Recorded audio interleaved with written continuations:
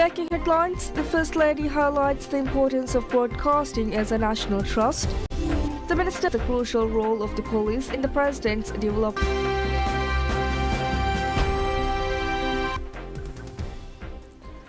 First Lady Madam Sajda Mohammed highlights the importance of broadcasting as a national trust and emphasized that the need to educate upcoming generations about the sector. She made these remarks while speaking at the Vision of the Future Art Competition Awards ceremony at the National Art Gallery.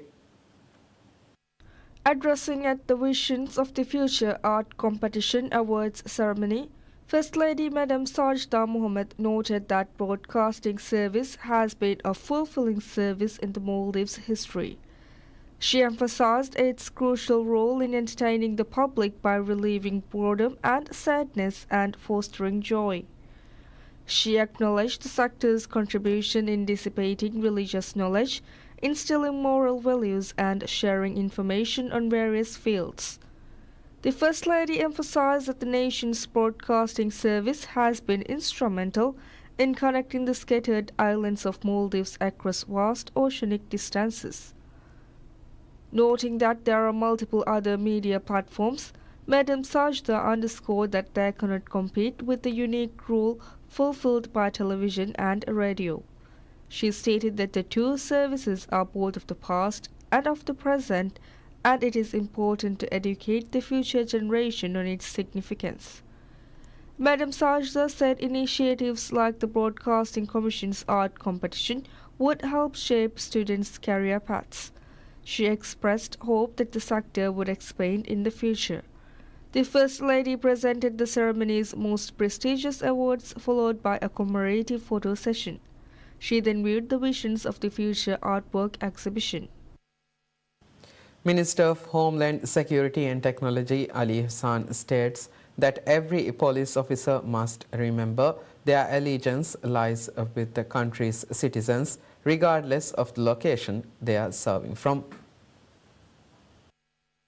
Speaking at the graduation ceremony of the 38th Basic Training Course for new police recruits, Minister of Homeland Security and Technology Ali Hassan said police officers must acknowledge their duty to serve the citizens and must strive to serve the country with truthfulness and loyalty. His remarks come while police services are being established in several islands in the atolls. Noting the upcoming deployment of police officers to these locations this year, he asked for cooperation from the police in serving the public. The minister noted that every police officer must strive towards four key factors: combating the drug epidemic, eradicating gangs, resolving the issue of undocumented migrants, as well as rescuing and protecting the children who have been and are being exposed to crime. Acknowledging that the police had performed well in 2024, the minister expressed hope that 2025 would be even greater in terms of serving the people. While emphasizing the expansion of police services across the atolls, the minister reminded the officers that their ultimate responsibility is to serve the people no matter where they are aligned. He requested the police to align their actions as such and to carry out their responsibilities with determination. Additionally, taking the podium at the ceremony, Commissioner of Police Ali Shujau noted public concerns about police conduct, such as the use of mobile phones during duty hours. He urged officers to refrain from using their devices moving forward and urged the officers to be dedicated to serving the public. He also reminded that the police must always remain polite to the people and no circumstance should occur where the police cannot communicate respectfully with the people. The Commissioner further emphasized the responsible use of the police powers granted by the law. He urged the police to be reformers who allow opportunities instead of restoring to punitive measures in every instance. A total of 127 new recruits graduated from the 38th Basic Training Course, including 37 female officers and 90 male officers. Awards were presented to various squads that performed well during the training. The program is designed to equip recruits with skills, knowledge, and behaviors expected from a modern police service. Minister of Defense Mohammad Ghassan Mamoun emphasizes the crucial role of the police in President Dr. Mohammad Moises' development vision for the nation. The minister made these remarks while speaking at the graduation ceremony for the 38th Basic Training Course for new police recruits. Addressing the graduation ceremony of the 38th Basic Training Course for new police recruits, Minister of Defense Mohammad Ghassan Mamoun noted that President Dr. Mohammad Moises took his oath of office with the commitment to shoulder the responsibilities entrusted to him by the Maldivians to protect the people and the society. The minister added that he is also responsible for maintaining the country's independence and sovereignty while also ensuring an economic prosperity.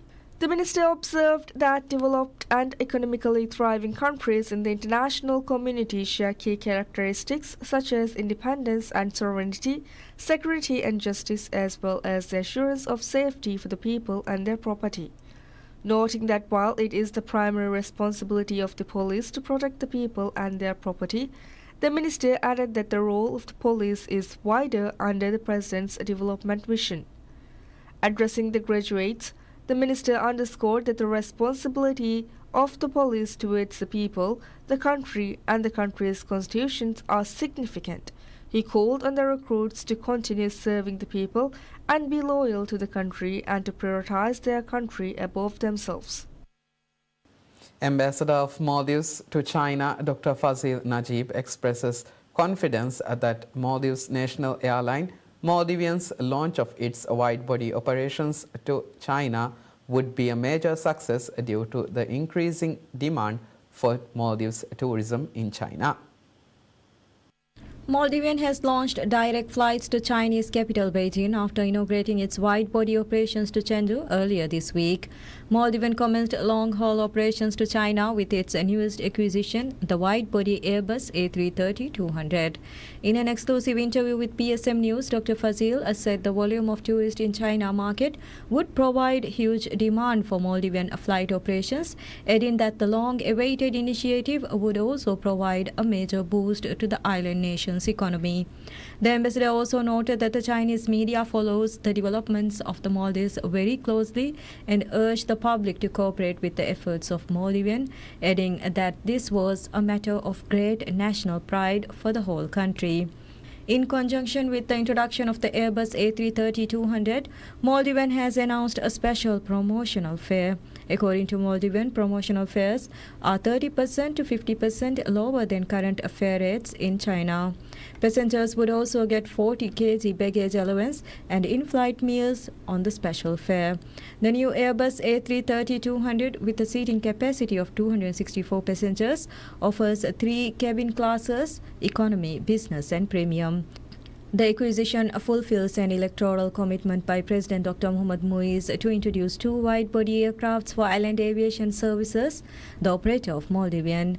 The government also plans to acquire an additional wide-body aircraft and initiate flights to European destinations by October this year. Maldives immigration begins monitoring public areas frequented by foreign nationals under efforts to address behaviors that could harm public interest. Immigration stated that recent observations have shown that some foreign nationals gathering in public areas have been engaging in activities detrimental to the community. Therefore, officers from the Immigration Law Enforcement and Compliance Department are actively monitoring public areas to prevent such incidents. Immigration noted that if any undocumented migrants are identified during these patrols, the task force will take the necessary action against them. Recently, a physical altercation among migrant workers occurred at the artificial beach in Male, where a local individual filming the incident was also attacked. An Indian national who created unrest at the scene was detained and deported. In reference to the incident, immigration has emphasized that no second chances will be granted to any foreign national who endangers public safety. The government has been intensifying efforts to resolve the long-standing issue of undocumented migrant workers in the Maldives. As part of this initiative, a special operation titled Operation Kurangi is being conducted across the Maldives. The biometric data of over 25,000 migrant workers have been collected by the Ministry of Homeland Security and Technology as part of this operation. Business Centre Corporation BCC signs an agreement with the Formula City Council to establish a creator hub in the city. The agreement was signed by the BCC Managing Director Ibrahim Ziaur Mohammed during a ceremony held on Saturday, while the Mayor of Formula Ismail Rafiq signed on behalf of the City Council. Speaking after the signing, Ziaur said the establishment of such creator hubs throughout the country will accelerate President Dr. Mohamed Muiz's vision to build a creative economy in the Maldives. He added that the facilitation of creativity and innovation will also pave the way to solutions played in society today. The BCC is committed to seeking the input and consultation of artists in the efforts to build a creative economy in the Maldives. The BCC is holding creative conferences throughout the country to seek opinions and consultations of the artists. In addition to the main creator hub in the capital Male, the BCC will also establish creator hubs in different parts of the country to cater to artists across the country. Stated as a pledge outlined in President Dr. Mohamed Muiz's manifesto, the creative economy strategy is now road-mapped extending over 5 years.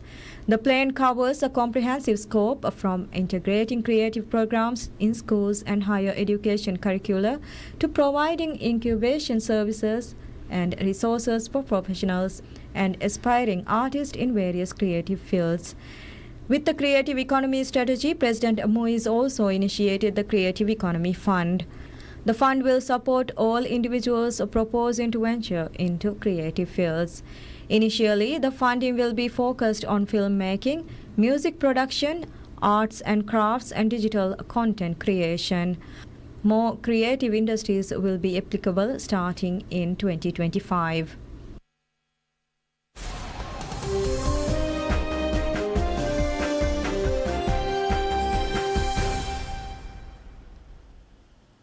Shares in British luxury retailer Burberry soars in opening trade on Friday. Shares in British luxury retailer Burberry soared by more than 13% in opening trade on Friday, after its third quarter sales fell by less than forecast. Comparable store sales fell 4% versus an expected decline of 12% for the company's third quarter, which runs to December 28. Shares were up over 13% on Friday at £12.11, having more than doubled since September last year. Monte dei Paschi di Siena MPS launches a $14 billion all-share buyout offer for merchant bank Mediobanca, just over 7 years after Italy rescued the Tuscan bank to avert a wider crisis. The offer steps up the already hectic pace of Italian banking consolidation and comes after the government's previous attempts to return MPS into private hands where a partner failed. UniCredit under CEO Andrea Orcel dished a proposed MPS acquisition in 2021 and bid instead for Banco BPM in November, scuppering the Treasury's plan for potential BPM MPS tie-up. MPS, which for a decade was the problem child of Italian banking, is offering 23 of its own shares for every 10 Mediobanca shares tendered, equivalent to a 5% premium versus Thursday's closing price.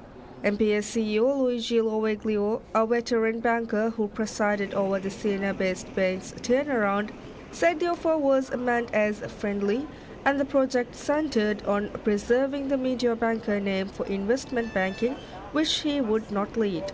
Markets were not impressed by the plan, with MPS shares down more than 9% in early trading. Analysts were also cautious about the chances of success and execution risks. Meteor Banker, focused on investment banking, wealth management and consumer finance, has a market value of 12.7 billion euros, above MPS 8.8 billion euros. But MPS has 3 billion euros in tax credits stemming from past losses, which it can use in the deal, adding 500 million euros a year to profits for 6 years. It targets a 100% dividend payout ratio.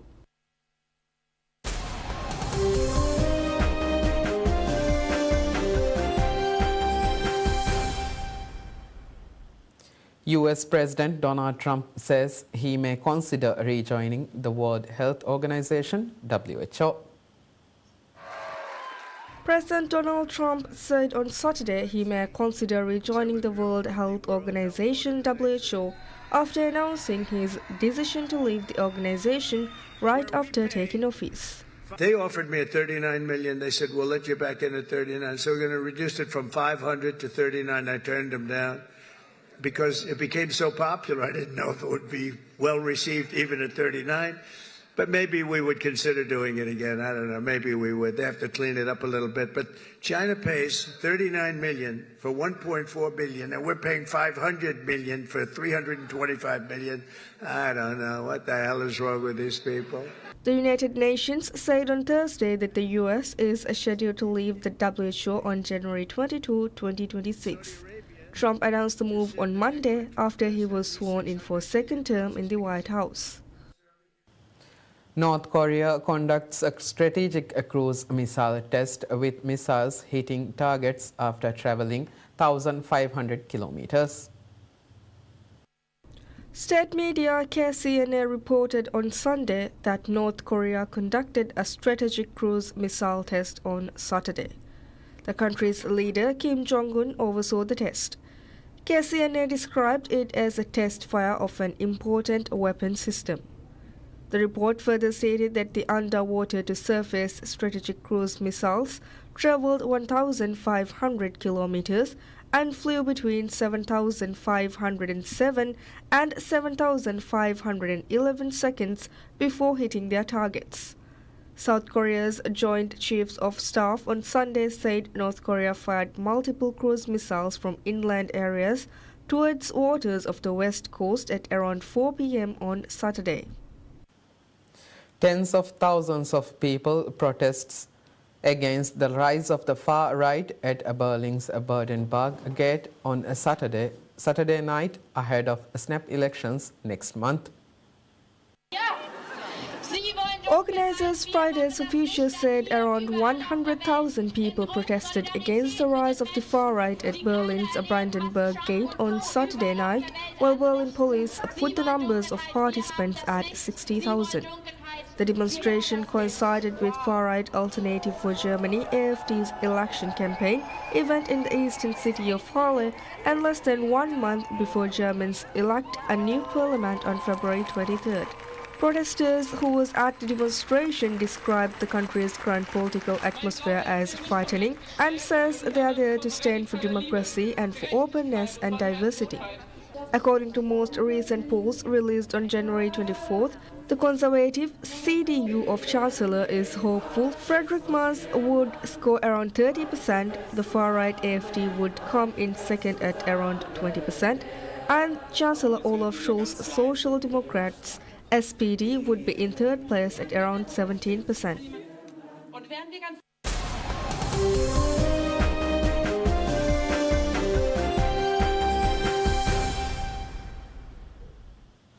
Kylian Mbappe scores his first hat-trick as a Real Madrid player to guide his side to a 3-0 win at bottom club Real Valladolid and extended their lead on top of the La Liga standings on Saturday. Real opened the scoring in the 30th minute when Mbappe played a neat 1-2 with Jude Bellingham, bursting into the box to collect the Englishman's pass and beat the offside trap before firing in past goalkeeper Karl Hein. He extended their lead in a quick counter in the 56th minute and sealed the win from the penalty spot after Mario Martin was sent off for a studs-up tackle on Bellingham inside the box in added time. Real topped the La Liga standings with 49 points, 4 ahead of second-placed Atletico Madrid, who dropped 2 points at home earlier on Saturday in a 1-1 draw against Villarreal. They are followed by Barcelona and Atletico Bilbao, level on 39 points, both with a game in hand. Tyrese Haliburton scores a game-high 28 points as the Indiana Pacers struck back against the San Antonio Spurs on Saturday to split the NBA Paris series, dominating French basketball star Victor Wembanyama's team 136-98 after a loss earlier this week in the French capital. The Spurs' Wembanyama, a Frenchman who also got to play in his native country this past summer at the Paris Olympics, reaped 20 points and 12 rebounds. Not even trying to get emotional, but everybody, made their job to making this week incredible. And it's, everybody. It means even you guys. So thank you for making it happen. It's a whole system. And all this contributes to making our sport better and making me happy at the end of the day. Wembanyama, 21 years old, already has established himself as a superstar after being selected first overall by San Antonio in the 2023 draft. In Saturday's game, Haliburton gave the Pacers the edge in the third quarter and stole the show with 28 points.